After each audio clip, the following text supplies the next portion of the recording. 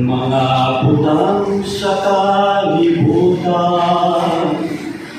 lumalakay ng kakawangan, kung ikaw karoon na gumunit na, nangandoy ba sa hustong kausaban, pasudla si Jesus sa imong kinabuhi, ayaw pagduha-duha kay siya rin magdumili, o sa mga pagsulay ng kalibutan, sa kanunay siya kanimo mag-auban.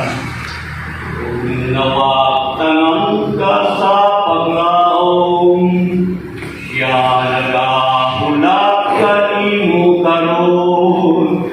Doo lang kang Jesu-Kristo, kanimo siya mabago, o ikaw niya tabangan, ayaw na paglangan-langan. Pasudla si Jesus sa imong kinabuhi, ayaw pagduha-duha kay siya di magdumili, o sa mga pagsulay ng kalibutan, sa kanunay siya kanimo mag-auban. Igsoon ko ayaw paglangay-langay, kay basin mo balik siya, o ikaw igasaligwahay. Pasudla si Jesus sa imong kinabuhi, ayaw pagduha-duha kay siya rin magdumili, o sa mga pagsulay ng kalibutan, sa kanunay siya kanimo mag-auban.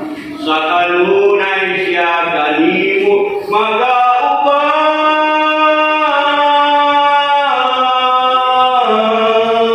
Mag-auban. Kami nag-expect mga kaisunan ng matagaan ni Bahero na kamula, simba din yung mga kaisunan kung asa maabot. Kapit ang ambak eh. Si ambak siya mga kaisunan.